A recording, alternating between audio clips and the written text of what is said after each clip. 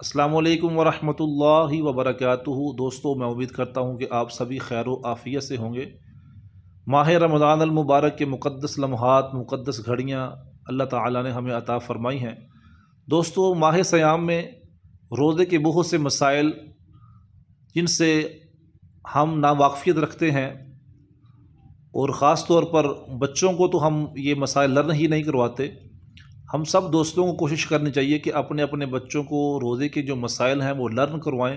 الحمدللہ بچے بھی بڑے ذوق شوق کے ساتھ روزہ رکھتے ہیں، اور بچوں کو پتہ ہونا چاہیے کہ ہم نے روزہ رکھا ہے اور اس کے مسائل کیا ہیں۔ تو آئیے ہم آج ایک مسئلے پر گفتگو کرتے ہیں، اور ہم نے اس بچے کو وہ مسئلہ یاد کروایا ہے، اور آپ بھی سنیں گے انشاءاللہ الرحمن، آپ کو بھی اس کا استفادہ ہوگا۔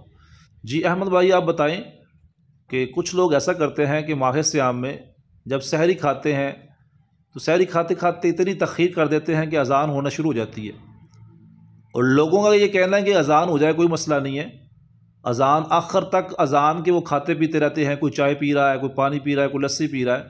آیا کہ جب اذان ہو رہی ہو تو دوران اذان کھانا پینے سے روزہ ہو جائے گا یا نہیں؟ نہیں، کیونکہ جب اذان ہوتی ہے تب سحری کا ٹائم ختم ہو جاتا ہے، اس کے بعد ہی اذان دی جاتی ہے۔ گڈ، یعنی کہ جب اذان ہوتی ہے تب سحری کا ٹائم ختم ہو جاتا ہے، تو سحری کا جب ٹائم ختم ہو جائے تو پھر اس دوران سحری کے ٹائم کے بعد اذان ہوتی ہے، تو جو بندہ اذان تک کھاتا پیتا رہتا ہے اس کا روزہ نہیں ہوتا۔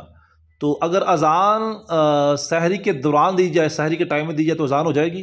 اذان دوبارہ دینی پڑے گی۔ اذان دوبارہ دینی پڑے گی، ٹھیک ہے، گڈ۔ تو یہ مسئلہ سب دوست اس کو مسئلے کو یاد کریں اور دیکھیں، دیکھو یار، اگر جو اذان ہے وہ سحری کے ٹائم میں دی جائے تو اذان نہیں ہوگی، اذان دوبارہ پڑھنی پڑے گی۔ کیوں؟ کہ ابھی اذان کا وقت ہی شروع نہیں ہوا۔ اذان کا وقت کب ہوتا ہے؟ جب سحری کا ٹائم ختم ہو جاتا ہے۔ اچھا بھائی، اس کی آپ کوئی اگزامپل پیش کریں گے؟ جیسے ایک بندہ جماعت ہو رہی ہے اور ایک دم سے آگے ایسے ہاتھ کھڑے کر لے اور ہاتھ باندھ لے، اور اس نے اللہ اکبر ہی نہیں کہا، وہ امام کے ساتھ چاروں رکعتیں پڑھ لے، پر اس کی نماز نہیں ہوگی، کیونکہ نماز اس کی شروع ہی نہیں ہوئی ہے۔ اگر وہ اللہ اکبر بولے گا تب ہی اس کی نماز شروع ہوگی، اس کو دوبارہ سے پڑھنی پڑے گی۔ بچے نے بڑی اچھی اگزامپل پیش کی ہے۔